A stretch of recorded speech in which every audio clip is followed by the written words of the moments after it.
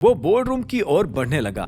Board room में सभी investors शिकायत पर शिकायत करे जा रहे थे और मायरा उन्हें समझाने की नाकाम कोशिश में लगी हुई थी। I am again really sorry everyone. Sir को जरूर कुछ अर्जेंट काम आ गया होगा, नहीं तो वो ऑफिस में हमेशा पंक्चुअली रहते हैं। अरे तो अर्जेंट काम सिर्फ उसे ये क्या? हम सब यहाँ फुर्सत में बैठे हैं। नहीं नहीं, this is an insult to our valuable time. Pradeep नाम के एक इन्वेस्टर ने गुस्से में खड़े होकर कहा। उसकी बात सुनकर एक महेंद्र नाम के आदमी ने भी सिर हिलाकर भारी आवाज में कहा, और नहीं तो क्या, इसी रीजन की वजह से ना मिस मायरा, हम इस कंपनी से बाहर होना चाहते हैं। उस नए मैनेजर को किसी की परवाह ही नहीं है। आखिर उसे मैनेजर बना ही किसने दिया? इसी वक्त अभिनव चलकर अंदर आ पहुंचा। गुड आफ्टरनून जेंटलमैन, माफ करना आने में थोड़ी देर हो गई। Nothing is good in this afternoon mister Abhinav. अगर एक मीटिंग पर भी टाइम पर नहीं पहुंच सकते तो क्या ही मतलब है इन सब फॉर्मेलिटीज का? भद्रेश नाम का एक इन्वेस्टर अभिनव पर भड़क उठा। उसकी बात सुनकर बाकी बैठे लोगों ने भी हा हुंकार करी और तभी एक महंत नाम का इन्वेस्टर भी खड़ा हो गया। तुम सिर्फ एक मैनेजर हो, इस तरह से बर्ताव मत करो कि ये कंपनी तुम्हारी है अभिनव।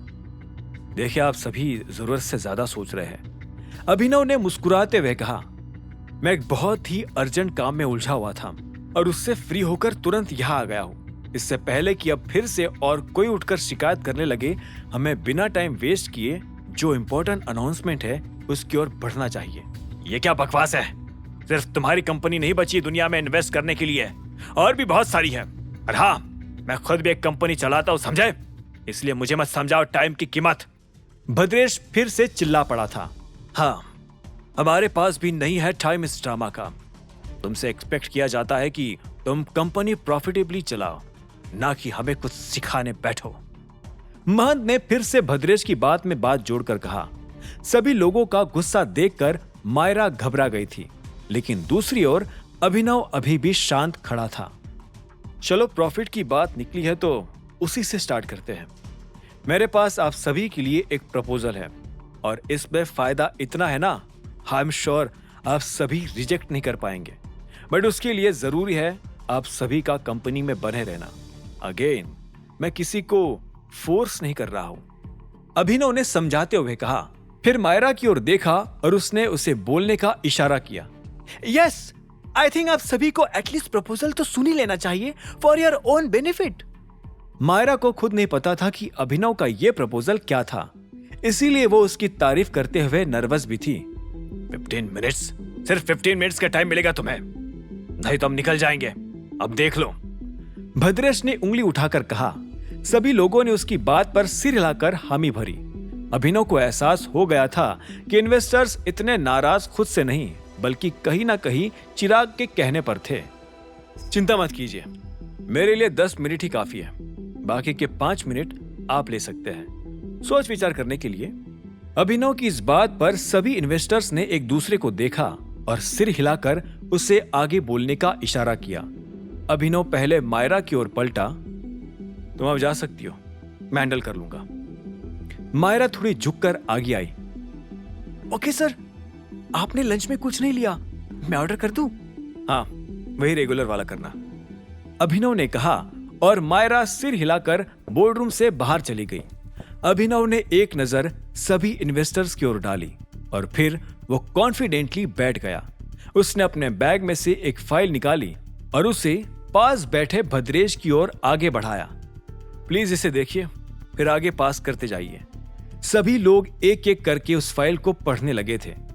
मैं आज आपके सामने इस कंपनी में इन्वेस्टमेंट के लिए हाथ फैलाने नहीं आया हूं। मैं सिर्फ इतना बताने आया हूं कि अगर आप सभी अपने इन्वेस्टमेंट्स वापस लेते हैं तो फिर कंपनी को 3 बड़े इन्वेस्टर्स ज्वाइन करेंगे। तुम हमें धमका रहे हो? महंत अचानक बोल पड़ा। अभिनव ने उसकी ओर देखा और कहा, नहीं, सिर्फ जानकारी दे रहा हूं कि अगर आप अभी अपने इन्वेस्टमेंट कंपनी से वापस खींच लेंगे तो फिर कभी इसमें इन्वेस्ट नहीं कर पाएंगे। तुम हमारे साथ कोई खेल खेलने की कोशिश कर रहे हो क्या? महेंद्र ने गुस्सा करते हुए कहा। जवाब में अभिनव ने धीरे से अपना सिर हिलाया। नहीं, जैसा मैंने जस्ट कहा, इंफॉर्मेशन दे रहा हूं। आप सोच लीजिए कि अगर अभी इस प्रपोजल को एक्सेप्ट नहीं करेंगे और अपने इन्वेस्टमेंट्स वापस खींच लेंगे तो इमेजिंग सिक्योरिटीज आपको फिर से इन्वेस्ट नहीं करने देगा। अच्छा, और ये तुम्हारे 3 बड़े इन्वेस्टर्स है कौन? भद्रेश ने भौहें ऊपर करके पूछा। कॉन्फिडेंशियल, मैं उनका नाम अभी नहीं बता सकता, लेकिन आई कैन गारंटी कि उनका नाम जानकर आप हैरान जरूर हो जाएंगे। सभी लोगों ने एक दूसरे को देखा। उन्हें अब धीरे धीरे महसूस हो रहा था कि अभिनव के प्रपोजल में कुछ तो दम था, नहीं तो वो इतना कॉन्फिडेंटली बात नहीं करता। हालांकि उन्हें मन ही मन शक भी हो रहा था कि कहीं अभिनव सिर्फ उन्हें कंपनी में बनाए रखने के लिए झूठ ना बोल रहा हो।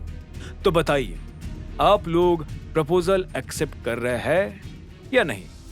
क्या आप सभी इन्वेस्टर्स अभिनव के इस प्रपोजल को एक्सेप्ट करेंगे? अगर उन्होंने रिजेक्ट कर दिया तो अभिनव का क्या रिएक्शन होगा? अभिनव को देवेन की कंपनी का नया मालिक बनते देख अब सनी क्या करने वाला था? क्या होंगे इन सभी सवालों के जवाब?